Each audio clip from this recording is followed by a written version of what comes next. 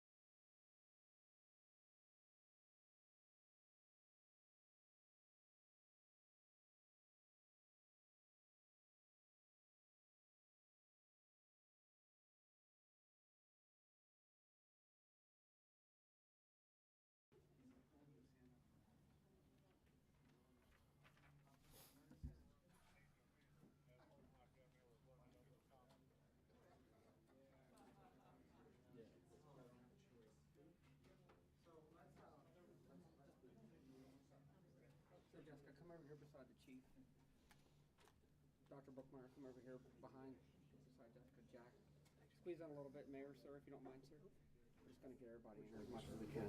Put that up there. Got it. Sir, you go back here by.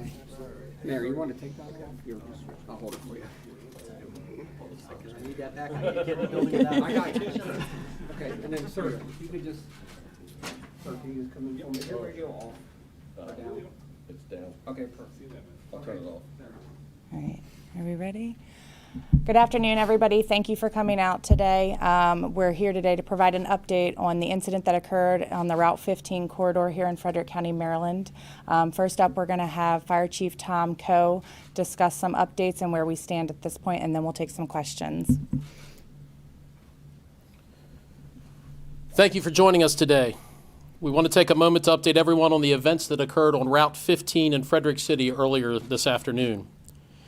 At approximately noon, the Frederick County Emergency Communications Center received multiple calls with reports of a house fire in the 500 block of Schley Avenue.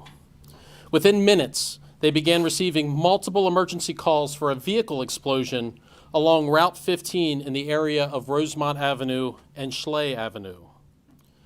The Frederick County Division of Fire and Rescue Services units arrived on the scene within minutes to confirm one tanker truck hauling flammable liquid completely engulfed in flames with extension to 3 homes and 3 automobiles in the 500 block of Apple Avenue.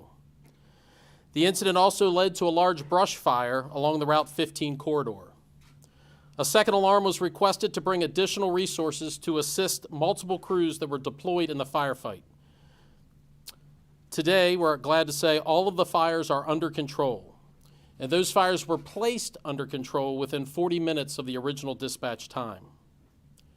We can confirm that the tanker driver did die as a result of the incident. One house located on Apple Avenue suffered extensive damage, which displaced the occupants of the home. 2 other residents received minor damage from the fire. There are no reported injuries to the occupants of the homes or any fire rescue personnel. The Maryland State Police are on the scene handling the investigation of the accident. The Maryland Department of the Environment, the Frederick County Division of Fire and Rescue's Hazardous Materials Team, and the Frederick City Department of Public Works are on the scene and have confirmed that the hazardous materials involved in the incident are contained. And they were contained prior to reaching Carroll Creek.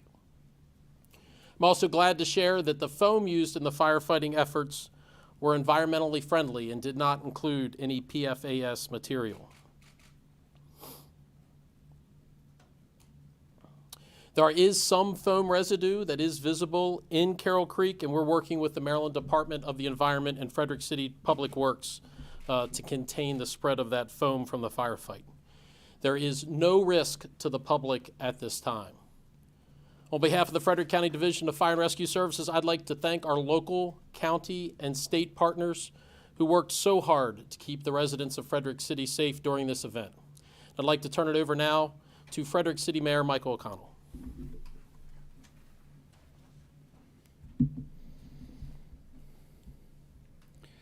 Thanks, Chief. I appreciate it very much. This is a scary day. A rapidly moving incident with a lot of moving parts, very complicated, and the agencies that you're seeing here today represent the best of what this county does when faced with a tragedy and a challenge. My thoughts are with the families of the driver and the residents who were affected by the fires that followed this accident. Because of the response of Frederick County Division of Fire and Rescue Services, the Frederick Police Department, Fire Marshal's Office, and all of our other first responders, this was not a worse incident. And as always, I'm thankful for the quick coordination and the courage of our first responders who kept so many people in our community safe today. I'm equally thankful to our Department of Public Works that jumped into action to prevent fuel spillage and damage to Carroll Creek. I would add, additionally, there were rumors of some of this material ending up in the city's sanitary sewer system, and we had no breach of the sanitary sewer system. So nothing into Carroll Creek, nothing into the sewer system. All in all, what could have been a really tragic incident was sidestepped. We will continue to monitor the environmental effects of this incident in the coming days and weeks ahead, working very closely with MDE. We're appreciative of the partnership and the cleanup efforts that will follow. Just finally, I just want to once again note the joint response, the clear communication that occurs between the agencies that you see here, everyone involved. This effective working relationship from the state to the county to the city is really important, and it's why an incident like this isn't more serious than it could have been when the initial reports went out. I'm also happy to say that we've been in contact with the governor's office, with the office of Congressman Trone, with Fort Detrick, all who have offered their support as we continue to work through this effort. And so that partnership that we have exists from the federal government all the way down. So we appreciate very much you all being here. Guess we're ready to take any questions. What company was the tanker with, and what kind of flammable liquid was inside? Good afternoon. That is still under investigation, ma'am. Okay, so we don't know if it was fuel, and are we worried that the fumes from the fire that was going on, from the flammable liquid, are we worried that the fumes might have been toxic to inhale? Again, this is still under investigation. Happened a little over 3 hours ago. Hey, Zach Merchant from Channel 9 in D.C. What caused this explosion? That's still under investigation as well, sir. How about this? You mentioned, or I should say the fire chief mentioned that the fire has been contained. Does that mean the fire is out? Is it still burning? What does that mean? Yeah, so I can confirm that the fire has been completely extinguished. It was contained within 40 minutes of the time of dispatch, but all fires have been completely extinguished. And to the earlier question, we're still working to verify the exact products in the truck, but we do know that it was a flammable liquid transport truck that was involved in the accident. So we're working with the owner of the truck to verify the contents of it, but it was a flammable liquid.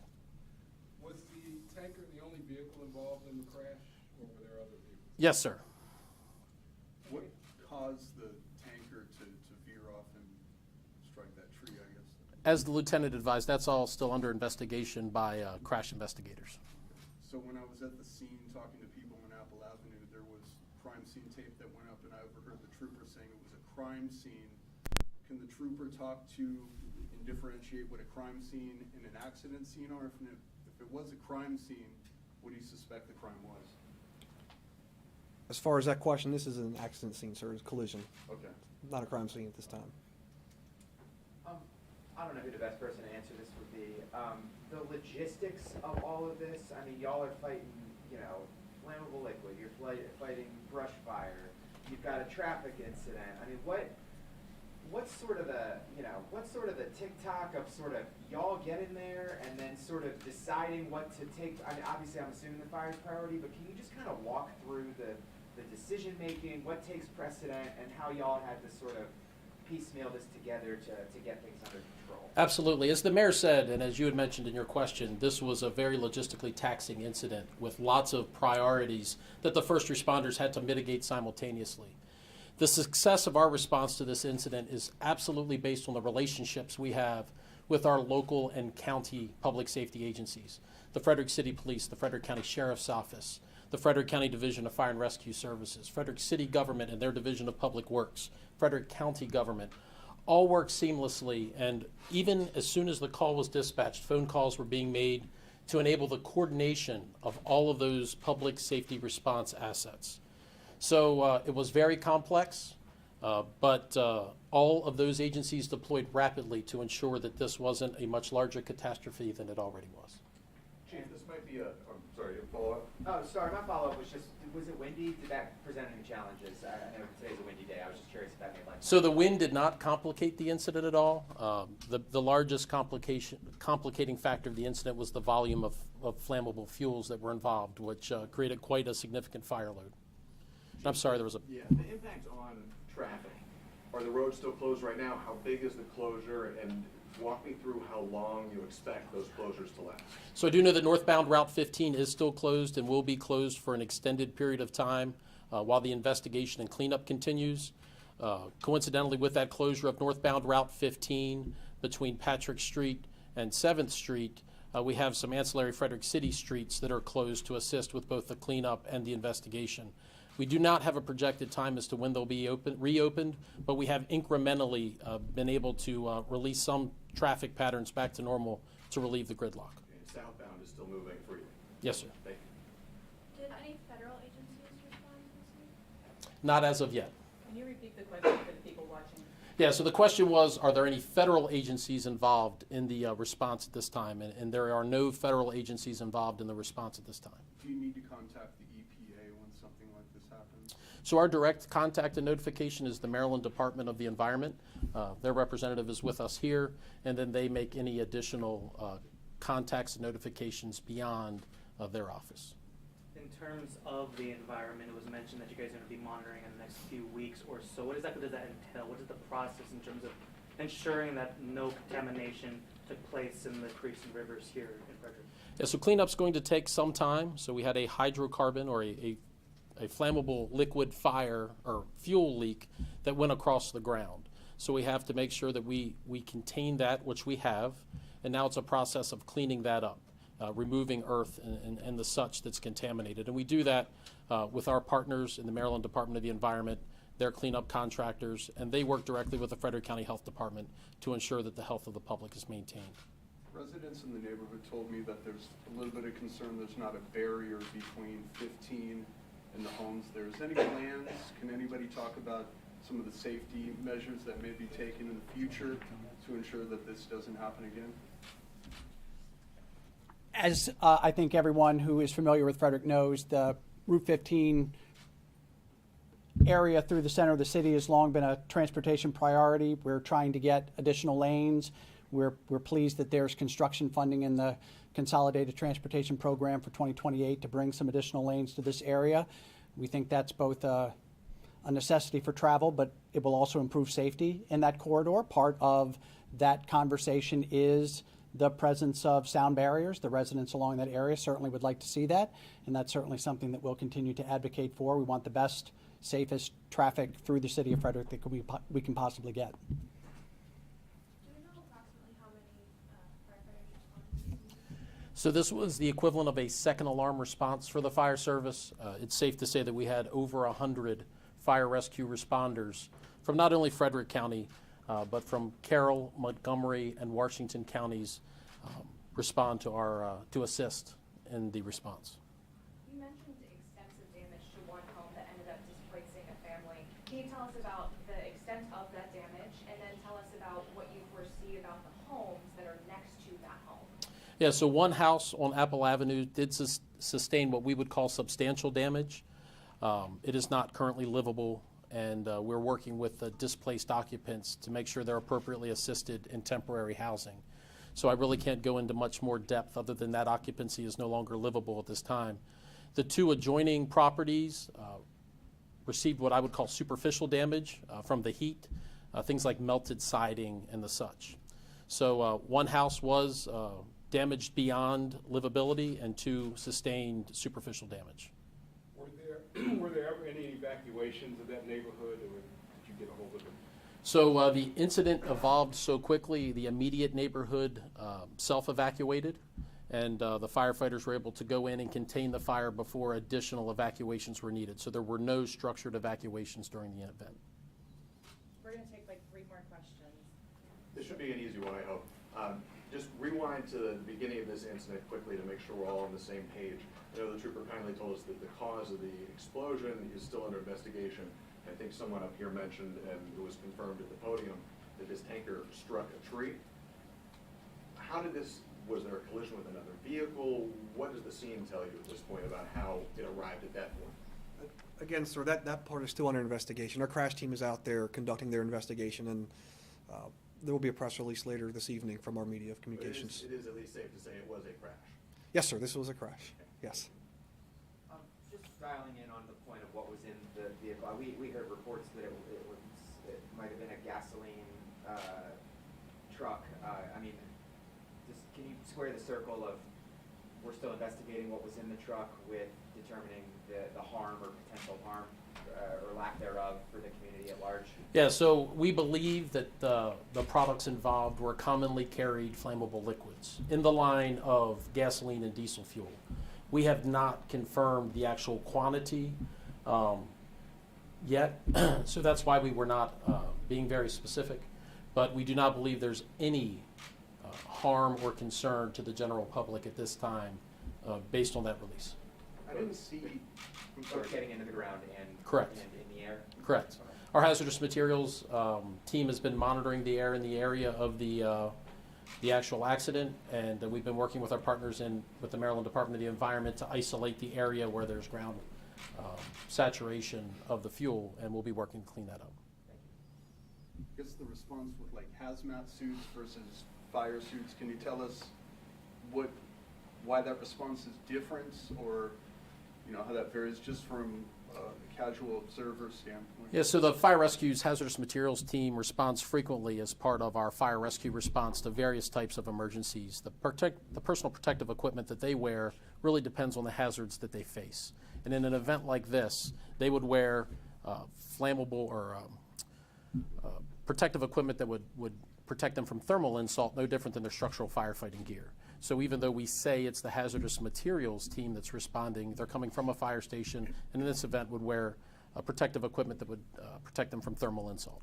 We're having this conversation just a few weeks after what happened in East Palestine, Ohio. I think it's probably on everybody's minds in this room. I'd love to ask you this question, and also the mayor perhaps, but it's a fast-moving scene. Things are coming in quickly. But did that ever cross your mind? Did what happened in Ohio cross your mind, especially as this response unfolded? So not specifically. I mean, when we're moving to these incidents that are rapidly evolving, we're thinking about all of the possible hazards that we could face from a fire response standpoint, from a chemical involvement standpoint. So we approach these events and the response very systematically and very strategically. At the very beginning of the incident, it's very fast moving and we're reactive to immediate life safety needs. As those events start to calm down or slow down and we get the fires contained, we back up and start to work on some of the secondary concerns, like the ground contamination. So we're working through those issues now with our response partners, but no, at the immediate onset of this call, our minds go to life safety, protecting people, and we really don't have a whole lot of time to think about other events in the nation at the time. If the mayor would like, this is your community here, that you're not responding immediately like the first responders are. Did it ever cross your mind to think, my God, this looks like something we've seen? It's difficult for me because I'm an optimist by nature. So when I hear about any bad incident that's occurring, my first thought is to go to all of the things that seem like the most normal. An accident on Route 15, a house fire that might have, taken a turn. I don't think about the kinds of things that happened in East Palestine, Ohio.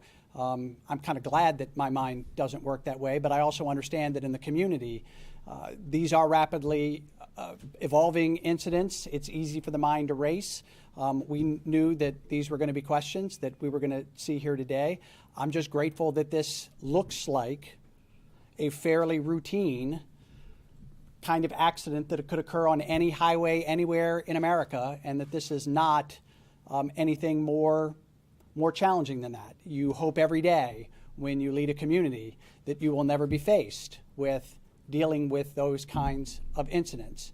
And I'm grateful once again for the quick response of all the first responders, everybody who's here in the room, who makes the assumption when they respond to this call that it will be the worst thing they ever see. And we're always happy when it's not. Mayor, real quick, where does the drinking water come in the city of Frederick? Does it come from Carroll Creek? No. Okay. No. We have a number of drinking water sources, and those are all, I would say, well protected. And so there is virtually zero opportunity for an incident like this occurring where it did to ever have an impact on the city's drinking water. Thank you. We're going to ask the community leaders to get back to work and continue to handle the situation at hand. We appreciate everybody coming out. If there's any further update that warrants a press conference or follow-up press conference, I'll be sure to make sure that everybody here knows any updates and stuff like that. Press releases, as Lieutenant Johnson said, Maryland State Police will probably have a press release out later today, and Frederick County Fire and Rescue will follow up with a press release to our news agencies. So thank you for coming out today.